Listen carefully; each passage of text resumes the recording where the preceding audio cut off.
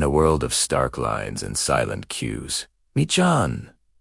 He's just a stickman, one among many, etched against the bleak backdrop of a city street perilous by despair. The year doesn't matter.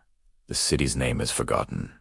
But the feeling, the cold grip of hunger and hopelessness, is universal. This is the Great Depression, a time when a person's worth was measured not by their character, but by a number, a rank. John stands in line, his simple form a portrait of patience, born from desperation. He watches as the world moves around him, a world that operates on a cruel and simple logic.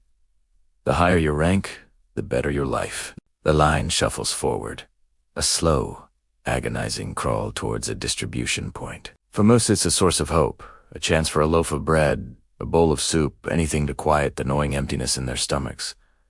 But John sees the truth. He watches as a man with a higher rank, a more elaborate design, is ushered to the front. He's greeted with a smile, handed a full bag of provisions, and sent on his way. A woman, her rank just a few notches above John's, receives a smaller portion, but still enough to see her through another day. Then it's the turn for those like him, the low-ranked, the forgotten. The distributors barely glance at them, their expressions turning from service to stone. A wave of the hand, a shake of the head. Nothing left for you today.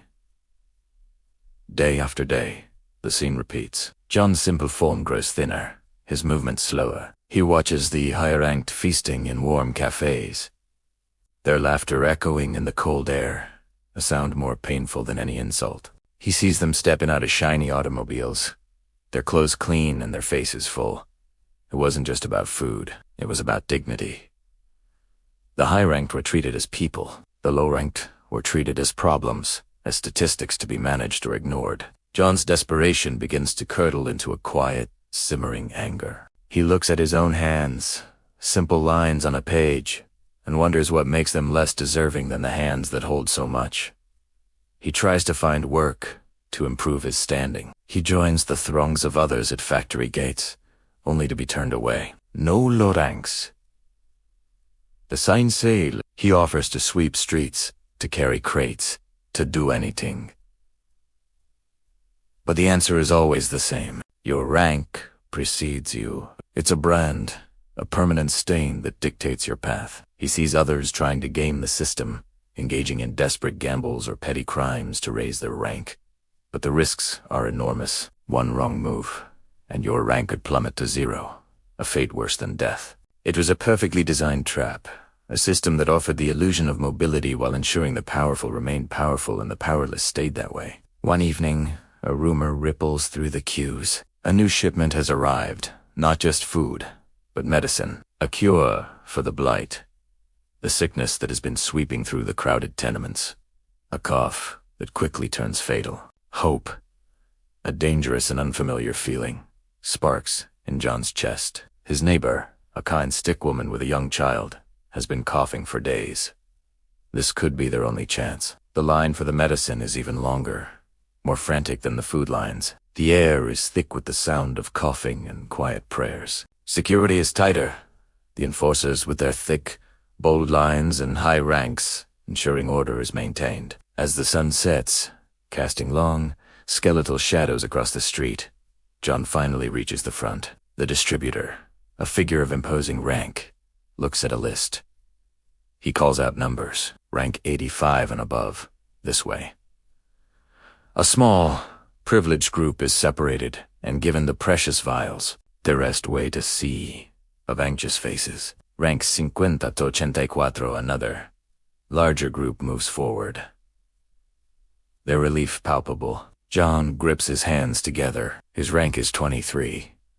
He watches the supply of medicine dwindle. The distributor clears his throat, his voice devoid of emotion.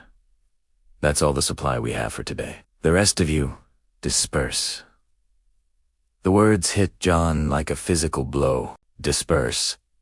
Go back to your cold homes and wait to die. He sees the woman next to him, her shoulders slumping in defeat. The sound of her child's weak cough cuts through the silence. It's no longer just about hunger. It's about life and death, decided by a number. This isn't a system of order. It's a system of culling. He looks at the enforcers, at the distributors, at the last of the medicine being packed away.